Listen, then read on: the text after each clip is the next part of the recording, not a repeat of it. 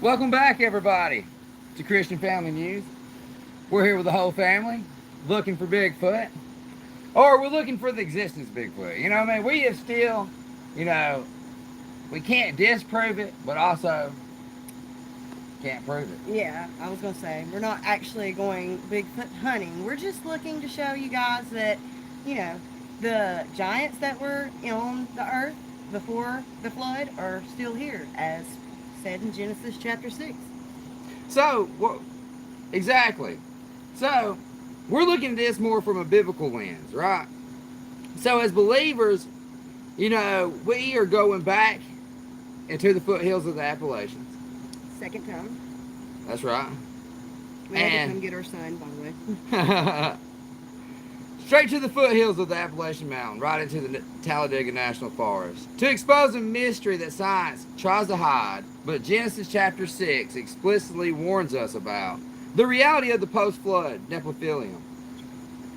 So, we are moving out the studio, going back into our own backyard, and where we live here in Piedmont sits just at the base of these mountains.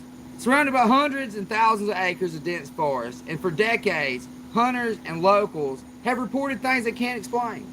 Massive, like bipedal figures, intense feelings of spiritual dread, and unearthly vocalizations. So secular researchers are searching for an undiscovered ape. But as you read Genesis chapter 6, verse 4, Scripture says that there was giants in those days and also after, when the fallen angels corrupted God's creation.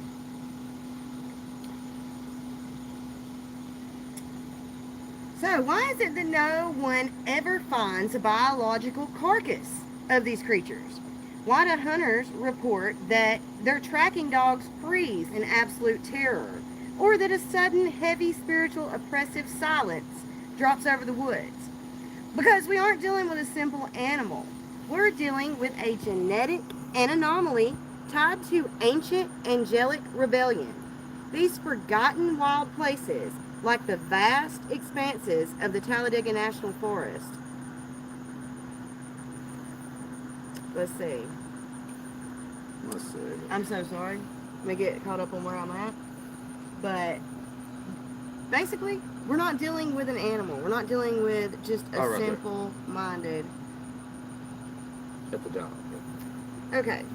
So, as a family, we want to look at the world with eyes wide open. And deception is growing in these end times, and secular science wants to cover up anything that proves the literal truth of the Bible.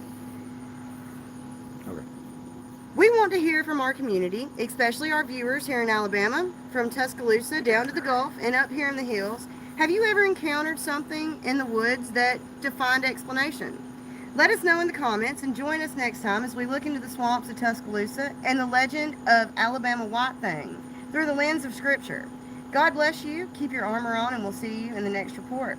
That's right. So, we're heading back in, guys. So, I hope everybody can keep joining us on this hunt. And like I said, we definitely can't disprove it. And honestly, I don't know, man. It's really kind of crazy, that we're even doing this. It was kind of handed to us. I don't even remember how it's really even come about, really. I mean, I don't know either. I think it was... Okay, so this is how it started. I remember. Because Discussing. my wife and she went with her mother and the kids on a Christmas vacation? Oh, no. That's where it started. Yeah, there was sightings. I forgot about that. Like, where we went, there was a big thing about there was sightings down there at this cabin. Do you remember that, Logan? And yeah. We didn't really go hiking much because my kids were really young back then. But and I don't remember what it was. We watched that Bigfoot movie Exist, right? And it was really right before they went. And I was just... But I'm telling you, it's got to be linked.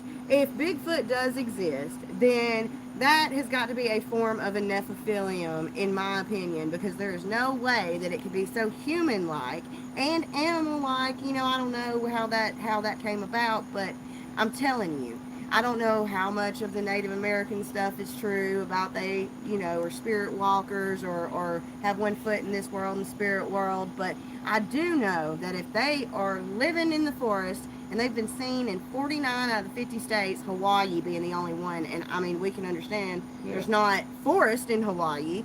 I mean, I'm really thinking it'd be really rare to see it in California. Well, I know there's a bunch of forest in California, but I'm talking specifically like LA or, you know, like New York, somewhere in there that was really developed. But I mean, 49 out of 50 states is undeniable. Oh, yeah, without a doubt. I mean, I thought that was amazing. Yeah. Oh, but Hawaii, right? Yeah, all of them but Hawaii.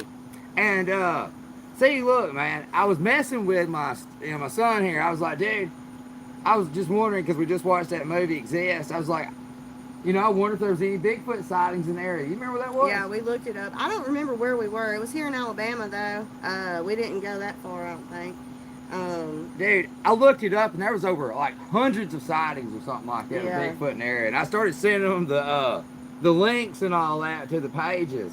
And, you know, it was just started as a joke.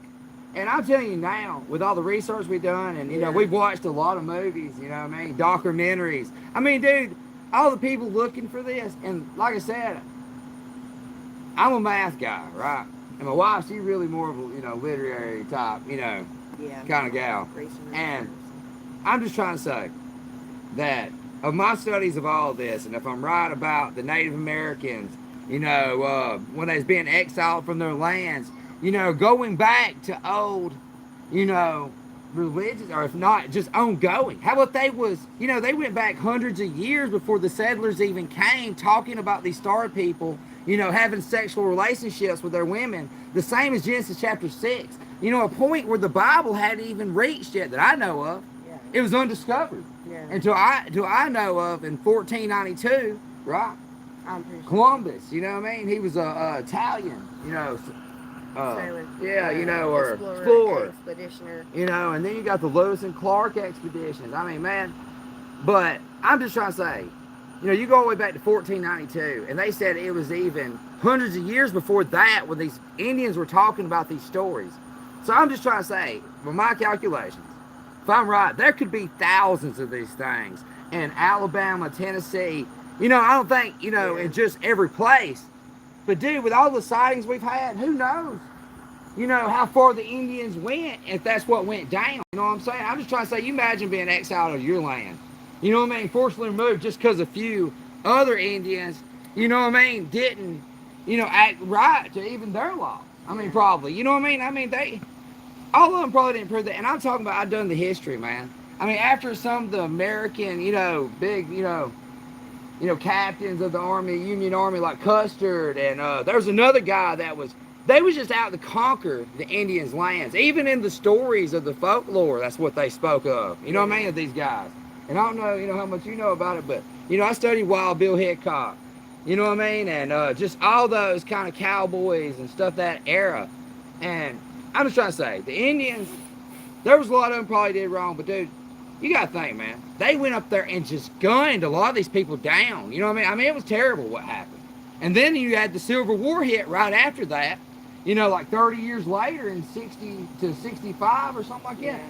And you're talking 500,000, I think, Americans was killed in that war or something like that. It was crazy numbers, man.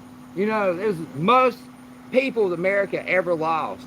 And I'm telling you, man, we need to look at this day and age. I know we're searching for Bigfoot right now, but you need to know that everybody, you know what I mean, that is a human being like us, you know, like, you know, everybody that we know on this continent, man, in all states and all countries, you know, people, right?